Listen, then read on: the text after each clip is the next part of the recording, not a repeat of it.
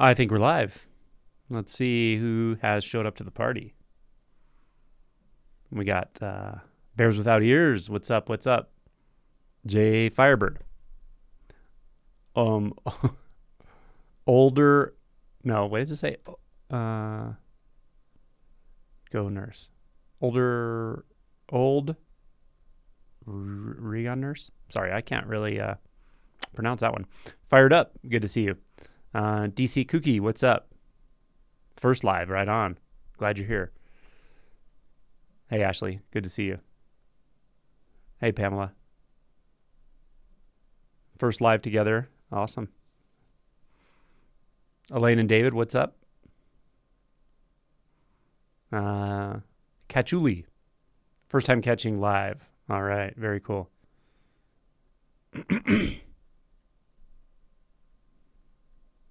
We got Perryman.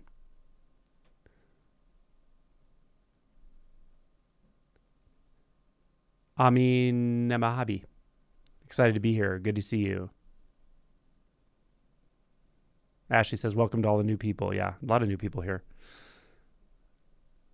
Nomi Peters, what's up? What a fun international community. I know, right? I love it. I have friends all over the world now. A few years back, my friends were all local for the most part. I'm sure I had international friends, but now like everybody that I interact with, or many of the people I interact with casually, are international. Yeah. Another first timer, right on. This is Seth Cawthorn, my first live also. Wow, cool. Lots of noobs. Glad to see you all. Someone says they already have 5 questions ready for me. Swarnanda, what's up? Hey, Jennifer. From North Carolina.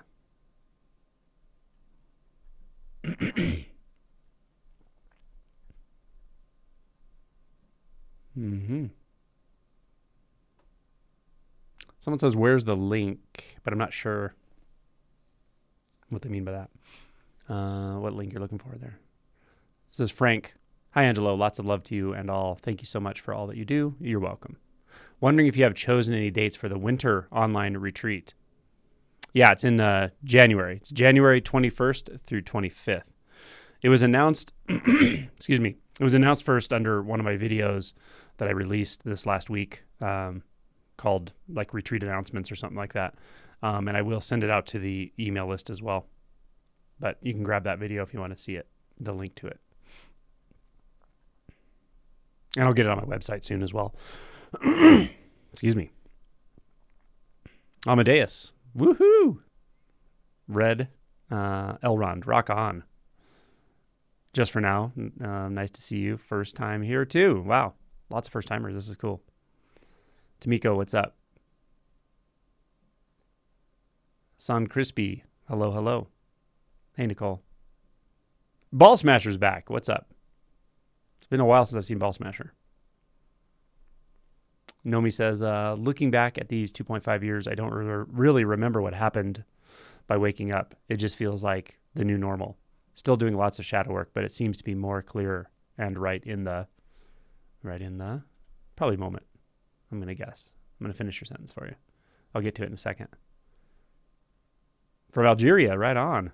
Cool.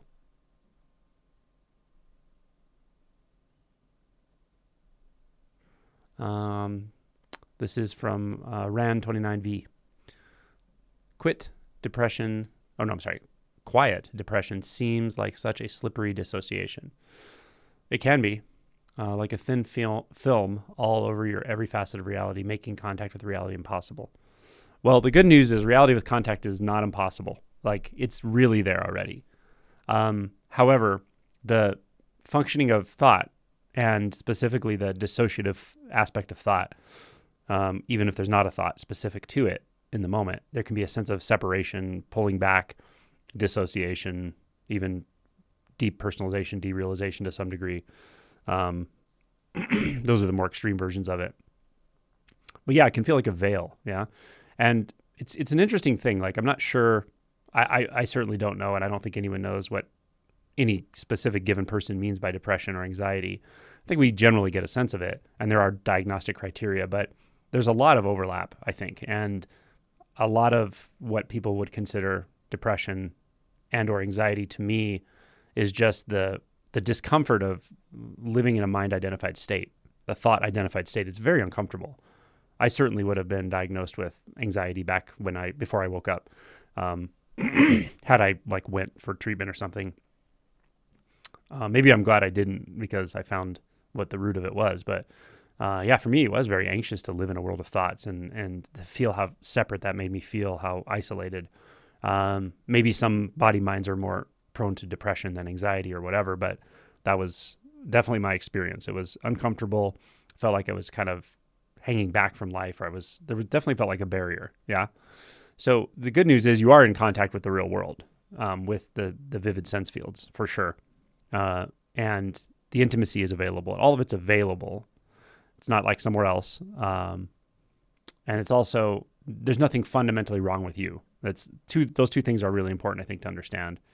And then it's just a matter of really looking at what's happening, looking at how those thoughts catch your attention, how those thoughts distract you back into that dissociated experience, right? Including the thought says I'm depressed, right? Even that thought is a thought in the moment. You could ask yourself, well, who am I without that self-reflective label of I'm depressed, right? What's here without that right now? And really start digging in. You can do this with any thought, of course. You can actually look and see, am I actually apart from the sensations? Is there anything apart from the sensations in my body right now? Yeah. Is there anything apart from the the felt sense of just being alive in this body? Is it possible to be apart from that? These kinds of investigations in real time can be helpful. Also, physical contact with anything is helpful. Find how you can really get in touch with your own body through contact, whether it's swimming or being in nature, laying on the ground, or some kind of physical or somatic practice, yoga or qigong. I would really try these things and just keep your attention in that body sense and see how immediately available it actually is. It's not going to end the tendency to dissociate right away, but over time, that tendency to dissociate will settle, because the underlying beliefs, excuse me, the underlying beliefs around dissociation will at some point surface, right? And you'll see that the beliefs themselves are not based in reality, right? Like, I can't handle this. This is too much. Being stuck in a body is just too intense. All of these beliefs we have that form at a very young age, seeing that those really aren't telling the truth. They're triggering a dissociative experience. We can drop in deeper in the physical sense, into the body sense. And then the longer we're able to stay there, the more we realize we don't really have to go anywhere. There's no need to run from that. So yeah, I feel you. Oh, Nomi said to face and easier to get through. Life is just happening and I am here. Yeah. Yeah.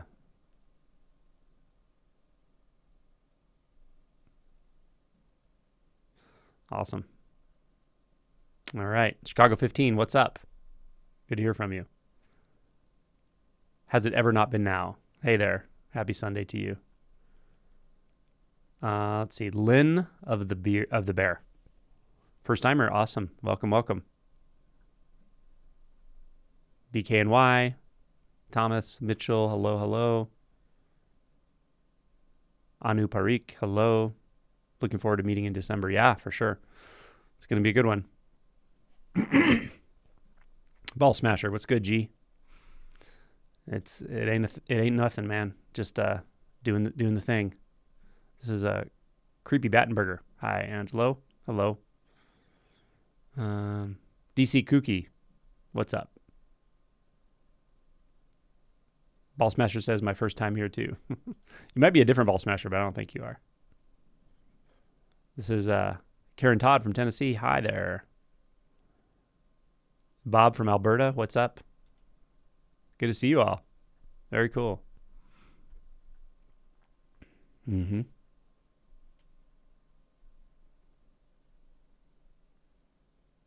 Zaza, Zaza.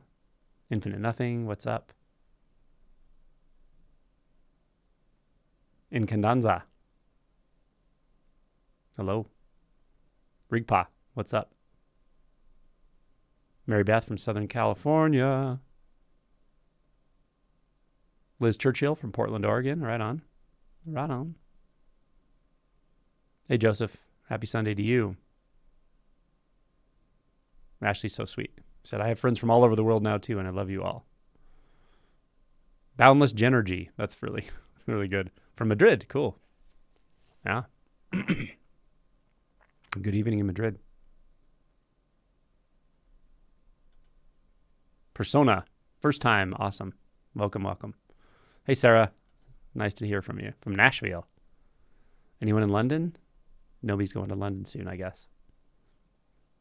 Community locator. You can always change the location on your community locator and just find everyone that's in a city that you happen to be traveling to.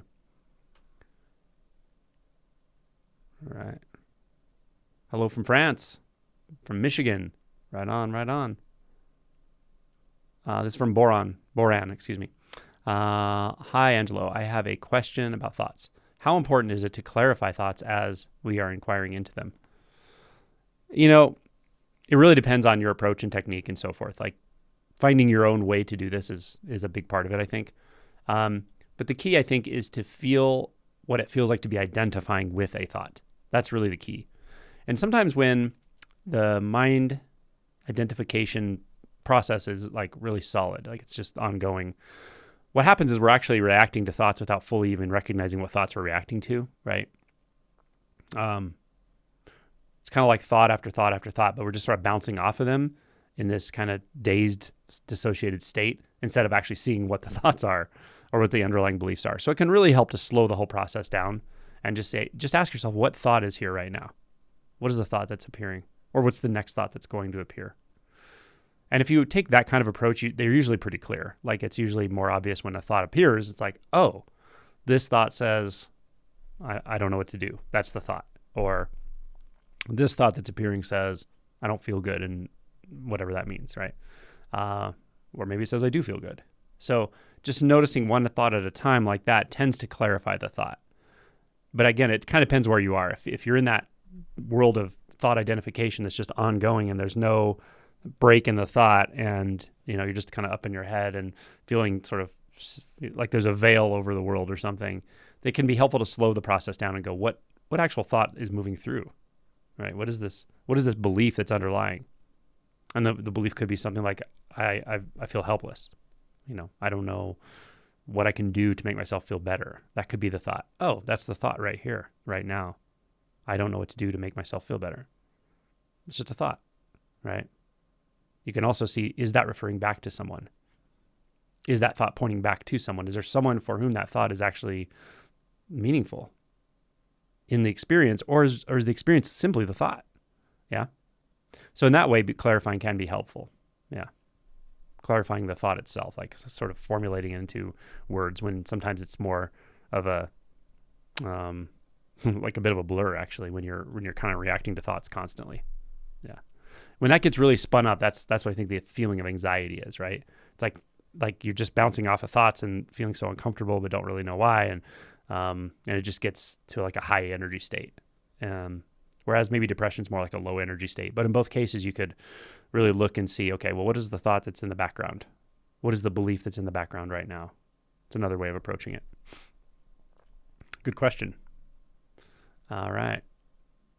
From Michigan, all right. Good to see you, Rhoda.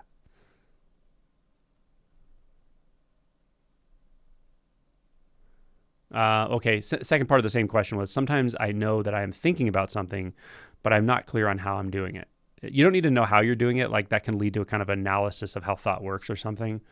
But it's more like just notice the thought itself. If you clarify one thought that's appearing, right? And some thoughts may not be clear, and that's okay.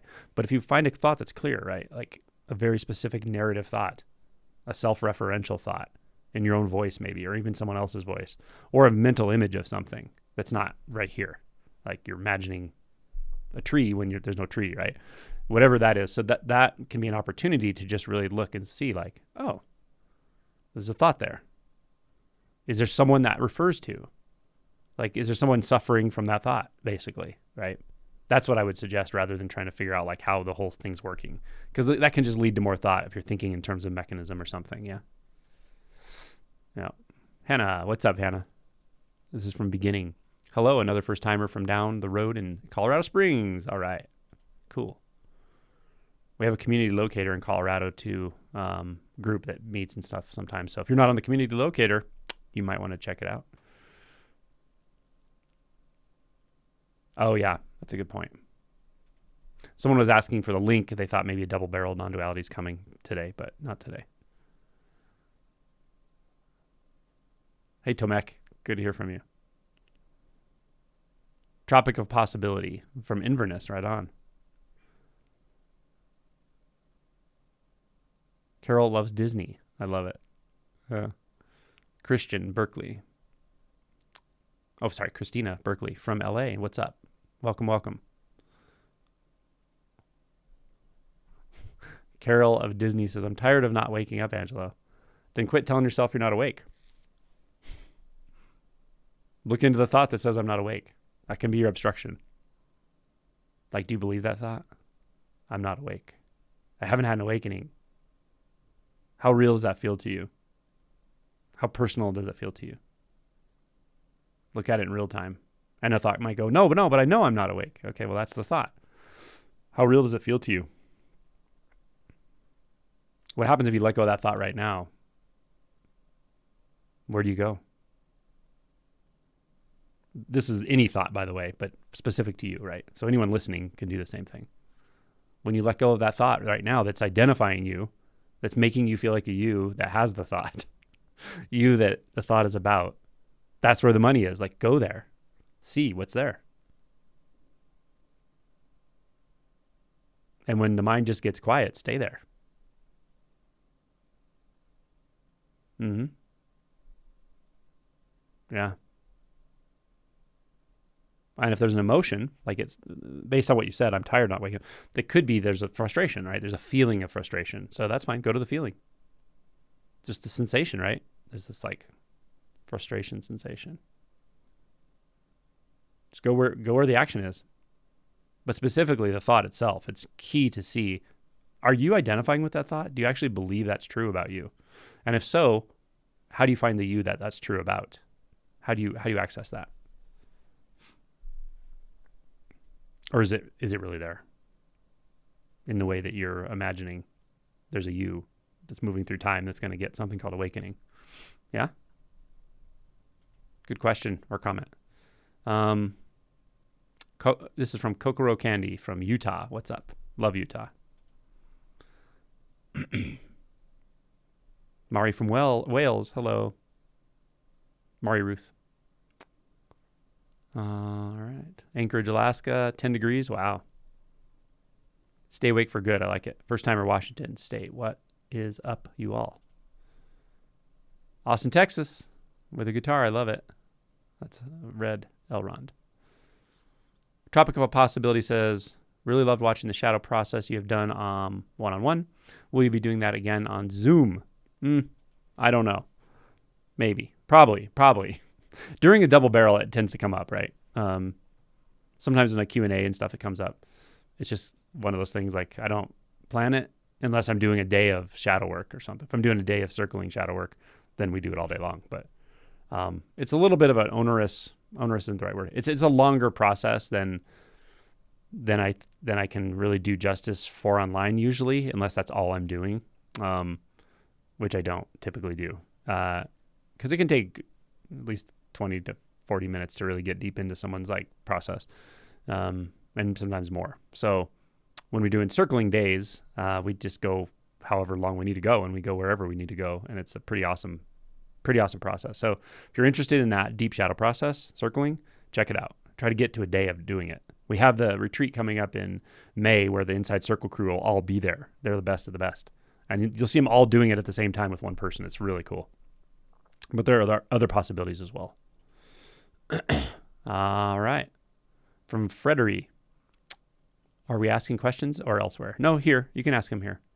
Ball Smasher says, As a man, when playing with myself, hand stuff and feeling the pleasure as much as I can, there's a super strong resistance to feeling that and seeing myself do it to the point of temporarily traumatizing. But I love it, and there's nothing wrong with it. So there's also this big self always in front of me, any more details about it and what to do. Yeah, I mean, I try not to give people specific practical advice about what to do and not to do in life, because it's really up to you to figure out. This kind of falls in line with, it's not exactly the same thing, but it feels very much like, and it falls in line with, like, do I smoke pot or do I not? Is it a problem? Is it not? Like, I'm okay with it, but the fact that you brought it up, the fact that you're talking about it tells me that there's some concern you have about it. So maybe intrinsically there's nothing wrong with it. So is it costing you in other areas of your life? I don't know. Is your energy going to that instead of toward a different kind of connection with another human being that you're more longing for? Yeah. And the resistance to feeling, I'll take it out of the context of specifically what you're talking about. The resistance to feeling, I mean, that's really at the bottom of so much of this. You don't even really fully get to that intensity of resistance usually until after an awakening. And then it's like, oh man, there's so much resistance to emotion just in everyone. And so if you're feeling the resistance to emotion, you're in good territory. Just recognizing it is important, and often that doesn't even happen, right? So you're in a good place with recognizing the resistance to feeling. I would suggest, this is just a suggestion you can try, when you're feeling that resistance to feeling, regardless of how it comes up, how it's arisen for you in that moment, see if you can just not react to it. See if you can just actually sit with it without doing anything to discharge your energy, to distract yourself using a phone, to anything. Really just see if you can sit with it for a while. And it doesn't feel fruitful in the moment. It feels really uncomfortable, but it is very fruitful, but you notice it later typically. And the more you get used to being able to do that, to sit in that intensity of resistance to emotion, the more calm your system's going to be overall. The more access you're going to have to creative energy, which you're talking about sexual energy as well, and that is also creative energy. But if we suppress the sexual energy, then the creative energy gets suppressed with it as well. And people can walk through their whole life not even noticing that, right? So sometimes just getting down to that resistance and the emotions that are being resisted and just touching into it and staying with it, noticing the intensity, of course, and then seeing that the intensity will subside at some point. It may not completely go away right away, but it will subside. And so that's a totally valuable practice. It's a reasonable practice, and I recommend giving it a shot. This one's from Ashley. The disappearance of anxiety has been absolutely life-changing for me. It's not completely gone yet, as it still happens right in the moment, but not to sit and stir. I don't have words. Oh, I'm sorry, but to not sit and stir. I don't have the words. Yeah, I've had many people tell me this with this process, the awakening process, and then with deeper shadow work. At some point, the anxiety drops out, and you could be surprised at the fact that you had it the whole time and not realizing like how pervasive it was. Often you do know how pervasive it is, but sometimes it's just not clear until it's gone.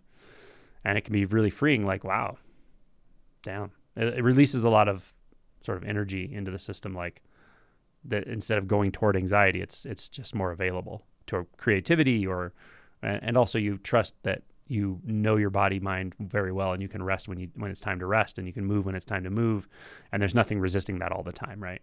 Especially the anxious mind. This is from PSP. Hey, Angelo, how do you think the pain felt for Jesus while on the cross? It looked pretty painful. He said, my God, why have you forsaken me? He screamed it out, right? So he was in agony, at least at some point, certainly. But it's a very painful way to go. Crucifixion, very painful. Could it feel even pleasurable? Maybe at the very end when letting go into death, probably. Like a very strong sensation without the self to categorize it as negative. Possibly. Yeah. Yeah, I mean, with extreme pain states, the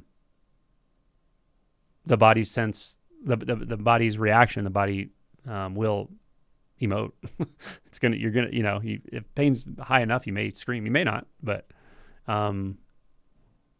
But you can, what I know is, that is for sure, is you can stay with the pain. Like you can definitely stay with it.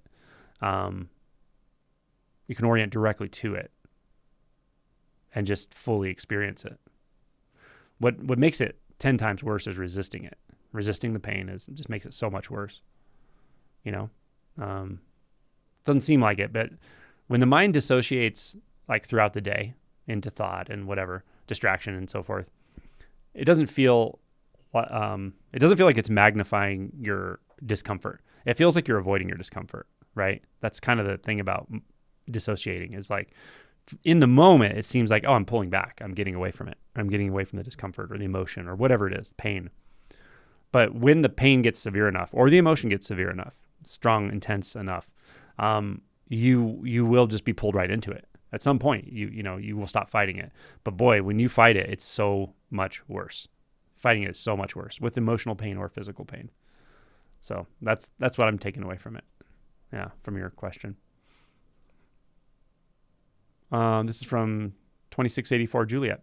How do you stop seeking when you realize that the seeking is pointless, but even the decision to try to release the seeking just feels like another false concept? I think it's just becoming aware of your thoughts really clearly. Like the thought that says, notice the belief you have that can be formulated as a thought that says, I need to stop seeking. Yeah? It's simply a thought, right? That says, I need to stop thinking. I need to stop seeking. And then a thought says, well, how? How do I? Oh, there's another thought that says how. Maybe there's a thought that says I am seeking, and this is what it looks like. This is seeking. This is what I'm doing, and it's seeking. See that that's a thought as well. Yeah? Yeah, so you don't need to construct a concept to settle these reactions to thoughts and beliefs. You don't need to construct another thought, like another conceptual framework. Rather, just notice the ones that are already there and just see that you don't have to react to those. Yeah? Now, this is a little bit of the question could be interpreted in different ways, of course. So a little bit of a different answer is, if you mean by seeking that you're just constantly distracted in the mind by imagining something in the future, whatever. I don't know what you mean by seeking specifically, but if you're imagining when I get this, when that happens, that's what I would define as seeking, because it's mental. It's a mental activity. So if you define that just keeps happening and happening and happening, you don't really know why, then and what I'm talking about when you just notice one thought at a time and just let it settle, one at a time, remaining present in consciousness, beingness. If that's not really doing it and the seeking is just totally overtaking you all the time, okay, then I would actually look and see what the emotion underneath it is. There's an emotion you're not wanting to feel, right? And you can ask, what am I not wanting to feel? What am I not wanting to feel right now? And really stay with that. What is it that I'm feeling that my mind is trying to avoid? That all these thoughts, the seeking is taking me away from something. What is it? It's right now. It's right here. Because awakening can only take you to right here. Non-duality can only take you to right here. All levels of realization, all types of realization, all insights, they only take you to right here. So if the seeking is just constant, like just really driving the mind, I would actually drop into the body and go, hey, what am I not wanting to feel? Or just what's here? What feeling is here? What emotion is here? Because it's likely an emotion that's triggering that constant rebound into thought. Good question. Ball Smasher says, it's resistance. It's a separate self popping up. It's fear of feeling, doing, seeing. It's this self that looks at me and I can look at it, aka self-perception. Dude, what is this mess? Yeah, that's the self-reflecting thought, right? That is exactly it. The self-reflecting thought. One thing about this is you can notice the mechanism in real time if you just slow down, right? And just notice, what does it feel like to reflect? It's hard because I can't do it anymore. Literally, this doesn't work. But and I think I've forgotten how it really functions. But if there's a sense of like looking back onto itself, see which part of that feels most real to you? Which one can you rest in? Right? Like Eckhart Tolle said before he had his awakening, he essentially said he noticed that he had a thought that said, I can't live with myself anymore. And he noticed that, like, well, wait a minute. If there's an I that can't live with myself, which one's the real me? Is there two of me? The myself that can't be lived with, or the I that's insisting it can't live with it? Which one's real, right? And that kind of, that for him at least, that was his catalyst that really drove him through the identity structure. But it's something like that. Like if you feel like there's the self that's looking back at the me, which one's real? Is the me real, or is the self real? And this I do know the answer to, but you gotta look yourself, right? Because the answer is neither one. They're thoughts, right? The self that seems to be constructed by the mind. It may be an image of yourself. It may be an idea of who you are. It can be your name. It can be your history, your problems. Like we identify with our problems a lot. That's the object of thought. The subject of thought is the one that seems to be about, right? And that itself is a thought. This is really key when we start to get close to the shift, or when we get close to the shift is letting go of the obsession with thought ultimately. But to see that even the thinker is a thought. Yeah. The thinker itself is a thought is very helpful. Ashley said, I really had strong emotions after getting a bad result on an exam on Friday. It hit really hard, but allowing it to be there made it so it passed quickly. Exactly. So you don't, for the most part, I would say you don't enter a space where there's no emotions felt. It's not really like that. What happens is when you take the tendency to dissociate from experience away, then experience gets full on. So emotions can become even more intense to a degree. They're intense, yeah, I might say more prominent. And certainly they become unavoidable, yeah? Like you just feel it. There's no way not to. So that's what Ashley's talking about. What I do find is with time, and I mean over time, like years, even the emotional textures settle out a lot. Doesn't mean they stop, I don't think, but they're certainly not problematic. They're very non-dual. They're very much a sensation rather than a narrative or a story or whatever. And they're really a kind of reminder to just drop into your sensations, the sensation field. Yeah. And they pass quickly, just like Ashley said here. Okay. This is from Amineme Habe. Yeah, I think that's right. Anyway, it says number 3. Don't know what that means. When I asked the question, why not let go? Oh, wait, did I skip? Hold on, I might have skipped. Well, I didn't. I don't think I did. Anyway, sorry, I don't see any other first question, but it says number 3, so I'll start there. When I asked the question, why not let go completely of a thinker or a strategist? The answer is life, direction, and vision. If I let go of it, I will most probably end up unsatisfied with my life. Yeah, this is one of those, there are those like sentinel questions, sentinel thoughts, beliefs. I talk about this pretty frequently when people are really close to like some kind of shift or really letting go. And the sentinel guardian thoughts are things like, I will just lose all motivation. My whole life will just fall apart. Right. And of course I won't get what I want. Right. Of course. And then maybe the more intense, scary ones are, I will go insane. I will literally lose my mind. Right. If I go one step farther, if I let go of this next thought, I'm going to lose my mind. So the thought that says I'm going to lose my mind is the one that we hold on to. We react to that thought, right? Instead of just going, oh, it's just another thought. And then I'm going to leave my children. That's another common one, right? Like, what if I stop loving my children? If I wake up or let go more? So all I can tell you is it's okay that you have that thought. I can't tell you the truth or falsity of it because I don't know. I can't predict what your life is going to go like. All I can tell you is almost everyone I've ever seen who wakes up, they don't just suddenly lose all motivation. Now, with a very deep awakening, you may enter a period of, you might go a little Eckhart Tolle. He talked about sitting on a bench for a couple of years in a park and so forth. That was his like summary description. Who knows what he was doing for 2 years. But the point is, he did have kind of his external life or whatever his previous life was just kind of fall apart. And I've seen other people who've had something like that. But here's the point that I want to make. If that happens to you, that's like winning the lottery in a sense. You'll be really glad in a sense that it happened, because you're still, in a sense, making that choice, right?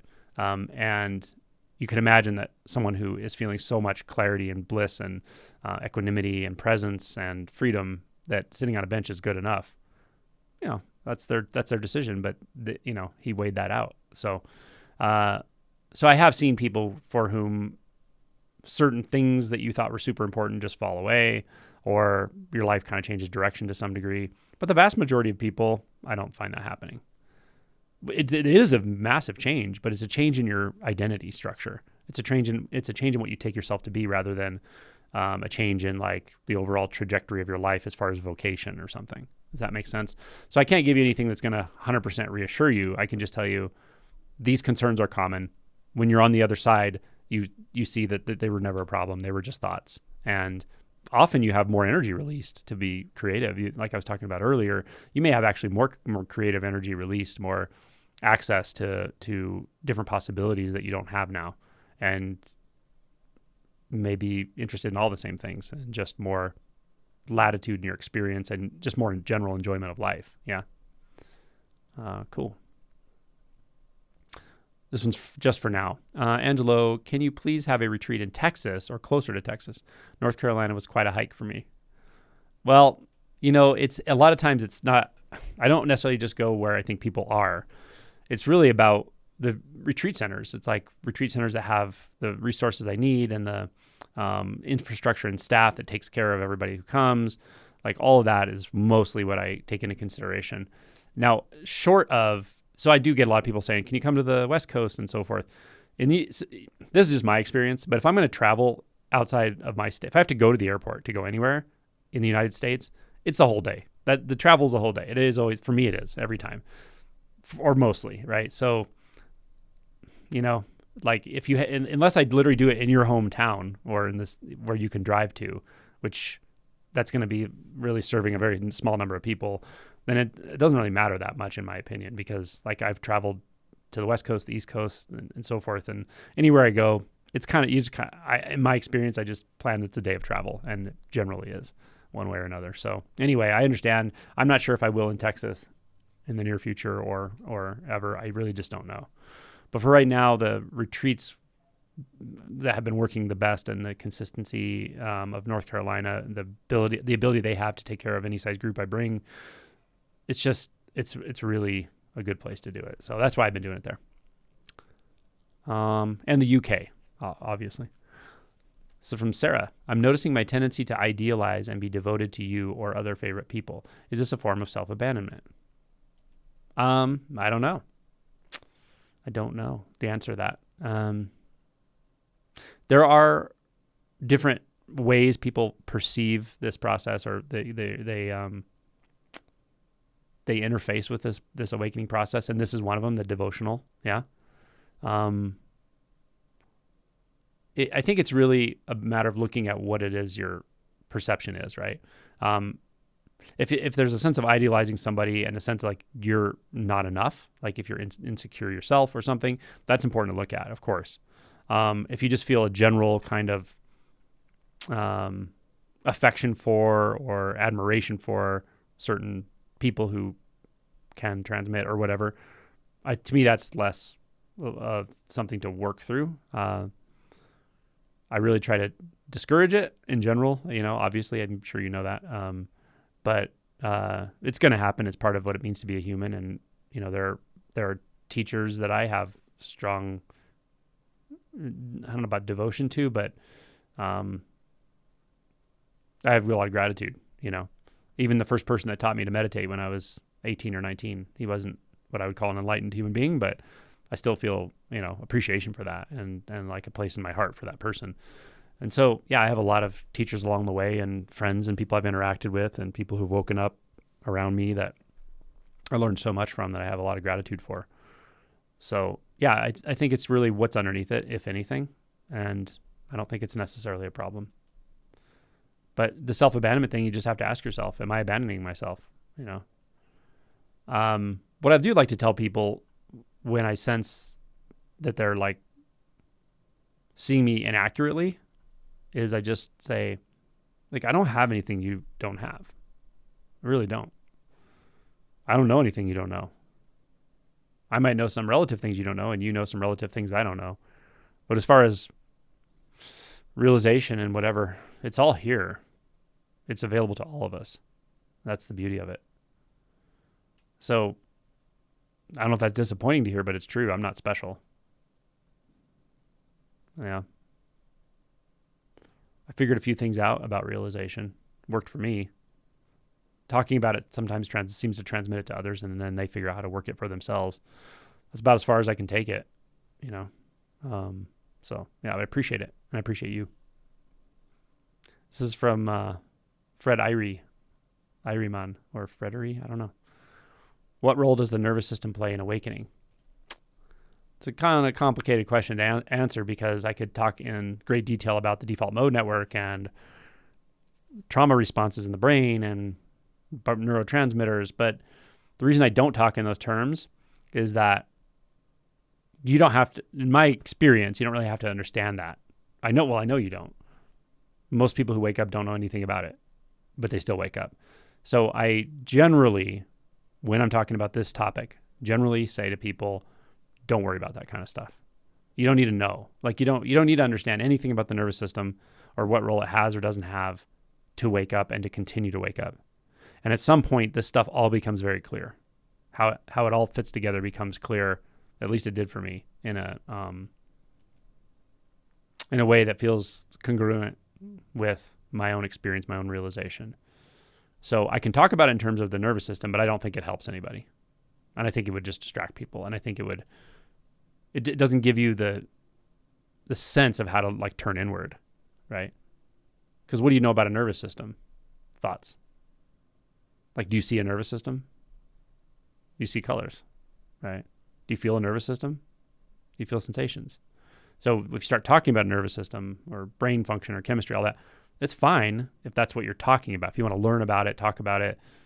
If you're in science, you're doing studies and all, that's a whole different thing. But when it comes to realization, you don't need to think about any of that. That's my, I mean, it might sound blunt, but that's just what I see. Yeah. So, okay, cool. Right. We're down to Ball Smasher. I'll add that this has been the case for a long time, and I've only been able to ease it by pushing. Though the harder I go, the more traumatizing it gets, the more fear. I mean, in a sense, you're in kind of a good territory here, because you're like pushing yourself to an emotional threshold. Yeah. So feel it. Feel the fear. Yeah, it's just like feel. Everything that's underneath this, it's a lot of emotion breaking through, and it's good. You know, your habits may change or they may not change, but the emotions are coming forward clearly. Give them room to be felt. This will do more for you in your life than in almost anything I can say at this point. Is learn to really live with your physical felt sense, the emotion and sensation that is the body.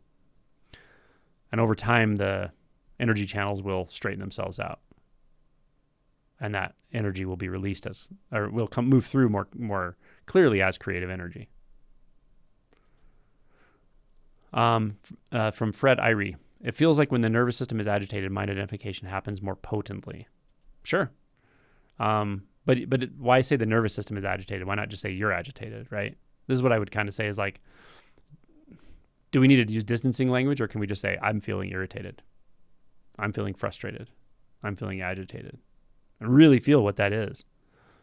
And you're going to get much more leverage or mileage out of saying or asking yourself, what is making me feel frustrated right now? What is making me feel agitated right now? What is agitating me? Right? Agitation is kind of on the spectrum of anger. Probably. So is there something I'm angry at? Is it a boundary issue with someone or myself or whatever? What is it that I'm not fully wanting to feel or see? That can be helpful. But most importantly, just feeling the emotions. So rather feel the agitation. Take ownership, like I'm feeling agitation. Rather than going, what does the nervous system think about, Like I get it. It's interesting for sure. But I don't find it being profoundly transformative, like inquiry, introspection, emotional investigation, and so forth is. R. All right. Lynn of the Bear. I do not have much time to watch videos, usually listen to audio. When I look into your gaze, my thoughts completely stop and there is deep silence. Transmission? Yes. I think so. It happens. Some people are much more amenable to that or open to that. Lisa Carnes, my friend, when we do the UK retreat, she does one of the breakout groups. So she does what she called more like a darshan. So it's more like really staring into someone's eyes and resonating with them. She will answer questions too, but it's a process. Like it's a thing for sure. It's a transmission that happens, and I can feel it with people too. I can feel it when I'm around somebody who's deeply, deeply at rest, or like really clear, empty of self, so to speak. It's obvious, and I love it. So yeah.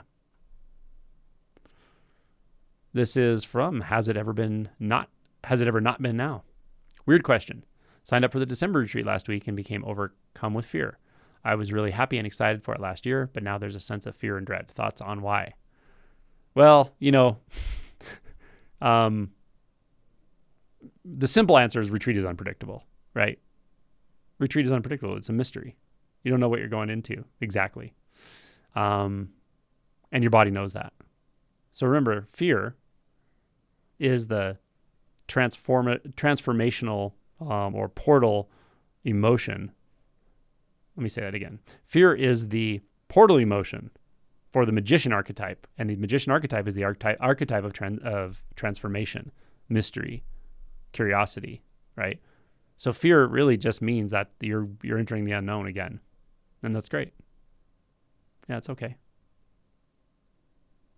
And you never know. This retreat may be more peaceful than the last one. It may be less peaceful. You may have some emotion stuff come up. You never know what's going to happen at retreat. But I can tell you over time, it gets more and more enjoyable, more and more settled in retreat. It becomes, at least it has for me and many people I know, becomes like kind of your favorite thing to sit in silence with that many people. Yeah, but certainly the whatever remaining ego structure there is, yeah, that it can get a little prickly before that time. Yeah. But I would just say, feel the fear, find it in your body, find where that actual sensation is occurring and appearing, and just be with it. Yeah. And notice it'll come and go. Maybe in a week it'll be gone. Who knows? Yeah. This one's from Mountains and Fog. Oh, they were just saying they need to refresh to see the stream start. This one's from, I'm not going to pronounce this right, but it's okay. Giro del Mondo. Sometimes on and off cushion, the sense of me behind the eyes becomes unstable. It moves, flips inward, perception gets flickery, and the boundary between in here and out there softens. Awesome. I like that. From Peter, what's up? Been a long time. Yeah, Peter, I haven't seen or heard from you in a while. This is from Amadeus. Angelo, how can we handle love for family when we don't see a lot? Family we don't see a lot or doesn't want to see us that much. I have a feeling that this part of me wants to have a say, see my family and be a bigger part for them. Yeah, I mean, it really depends on your family, right? Some of our families can be so hard to be around that we just have to minimize the time around them. But I will tell you this. That outflow of love can be directed in a lot of different ways. It doesn't have to just be towards your family. That's really the key to this, I think. Find other ways that conduit of love can open itself if being with the family is not practical or possible. You know what I'm saying? Yeah. It's the mind that's trying to direct it toward the family. The mind saying, well, this love I'm feeling right now it's for my family that's not here. That's a thought.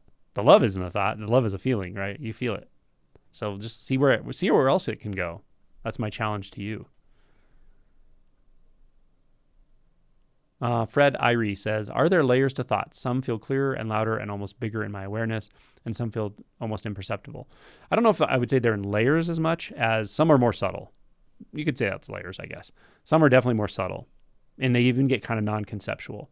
So this is why sometimes it can be helpful to ask questions, like inquiry questions, like what belief is hiding here? Or what belief is underlying this behavior that I tend to have? Or what belief is underlying this thought structure? So you can kind of see that how they're chained together, these beliefs. Yeah, I mean, you could say it's layers or not, but it is true that there are more subtle ones, there are more fundamental thoughts. However, I do like to kind of point out that thoughts are, when you see what a thought is, none of them are more or less important or more or less real. What it is we generally would have more of a tendency to either react to, become identified with, which aren't two different things actually. We have a propensity to become more identified with, let's just say it that way. Some thoughts more than others. But the thought itself is nothing but a thought. It's a simple movement of consciousness. Yeah. So I think that's the most important thing to see is, yeah, we can react and or dissociate from and or identify with some thoughts, while other ones are very clear to us that those are thoughts, right? Those are the ones you got to get under when we're talking about like awakening, right? We're talking about being on that kind of precipice of really letting go, is to see what's this thought I'm identifying with now. And it can be thoughts around emotion. It often is, right? So if you feel fear, existential fear as you're moving toward that edge, then the thought that's going to come in association with that fear will be something, like I said before, like a scary thought. But when you see that that's just a thought, and I don't need to identify even with that thought, you've freed up that experience of identity from thought, and then you can very directly see what it is or what it isn't, without even having to think. You're there, right? It's clear. It becomes very clear, and then emotion can come and go, sensations can come and go, eventualities can come and go, situations, et cetera, and there's no need to identify with a thought, regardless of any of them. This is from Dancing Light. Could you just break my heart? Like, seriously, help to get that ultimately. I cannot control outcome. That I can't save my son from pain or death. Yeah, we can't save anybody, right? We can do what we can do in the moment. But to see that part of ourselves that wants to make an outcome other than it is,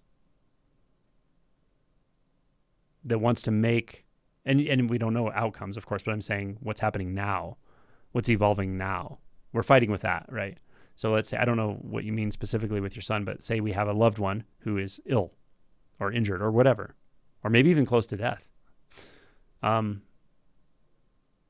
is what's happening, right? That is what's playing out in this world. And that can cause, in this experience, in this situation, and that can cause intense emotions, of course.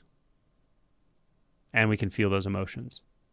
And then on top of it, we can kind of dissociate by fantasizing that things are different than they are in this moment, right? Imagine a different outcome than the one that seems like it's evolving. Imagine a different situation than the one that's right in front of our face. And you can just give yourself permission to not dissociate in that way. And just feel it. Just feel all of it right now. Feel the tragedy of it. Feel the love of it. Feel the heartbreak of it. Feel the helplessness. Feel the aliveness. Yeah. This was from San Crispy. Yo, Angelo, I noticed recently how when I'm more available to whatever happens, the sense of a center and location diminishes. Cool. Strangers feel more familiar. Just wanted to share that and hear your point. Yeah, that's awesome. Very good. Lean into it. Lean into it meaning don't try to control anything, but let that experience just come forward more and more. Lean into it, maybe I mean more orient toward it. Trust it. Yeah, awesome. Okay, this one's from Aminime Habi. Or Amine Mehabi. I experience a recurring fear-based daydreams where my body gets hurt, leaving physical sensations afterwards. Yeah. The imagination part, the thought part, is like 5% of what's happening. 95% of what's happening is the somatic experience, the sensations, even the physical, even if there's pain, right? Yeah. See if you can just set the thoughts aside and really go into the body and see what's happening in those moments. Feel that. Yeah, feel that aliveness. This is from Thomas. How can I contend with conflicting agendas cramming my schedule and fraying quality of practice? I feel like awakening will make the chaos easier to navigate, but practice feels like an afterthought. Yeah. I mean, it's hard to tell anyone how to arrange their life, but anything you do consistently will solidify the habit of it. So if you're talking about building your practice, start with what's totally reasonable and doable for you. Maybe it's 20 minutes a day. Maybe it's an hour a day of sitting. But make sure you do it. And if you're unable to do it, start with a smaller number. That's what I think. Start with 15 minutes a day. Make sure you do it every single day. Unless you give yourself a day off or something. I don't know. Do it every single day consistently. And then do it for 2 weeks. And then build up from there. And your life will rearrange itself. Like, things will rearrange. And it can seem like, oh no, I have all this stuff. I have too much, whatever. But just make an effort little by little to build up that practice of meditation, sitting, and it will make room for itself. Yeah, but sometimes when we're struggling like in a big way like this, like it's all or nothing, we're trying to make too much change at once, and it's just not working, especially in a busy life. So just build it slowly. There's no hurry, yeah? Then do 20 minutes a day, then do 15 minutes twice a day, and then 20 minutes twice a day, you know? And your body will start to get used to that, and it'll start to enjoy that, and it'll start to crave that, and it'll settle in that habit, I think. That's what I would recommend. Okay. Part of the question I just answered a minute ago, the one about recurring daydreams, pain, fear-based and pain. Possible interpretation: mind uses fear scenarios to pull attention into fantasy. I would say the opposite. Yeah. Underlying belief: the body is unsafe from death. Feeling of not being in control of life circumstances. Yeah. I mean, you could interpret it that way. That's fine. But I would say the more valuable way to look at it is that there is something already being felt. And that's where you can put your attention, and you're going to have the best overall outcome from just staying with what's actually being felt. Fear, is there fear? That's fine. Feel it. Feel how your body feels when it feels fear. Notice it. Notice how your hands feel, and your feet, and your legs, and your gut, your chest, and your neck. Yeah? Stay with that. And then the mind's going to say, oh, well, it's because of this and that. I'm imagining this, and it's fine. It's what thoughts do, but come back down to it. Feel what's really going on there. Yeah, thanks for your question. Mountains and Fog. I love that name. I found I'm particularly hooked by thoughts related to the practice, such as just be here, or there's nothing to hold on to. These thoughts pull me because they present themselves as helpful. Yeah, there's no helpful thought. There's no unhelpful thought. They're just thoughts. You know what I'm saying? So like, but it's funny, isn't it? Right? It's ironic.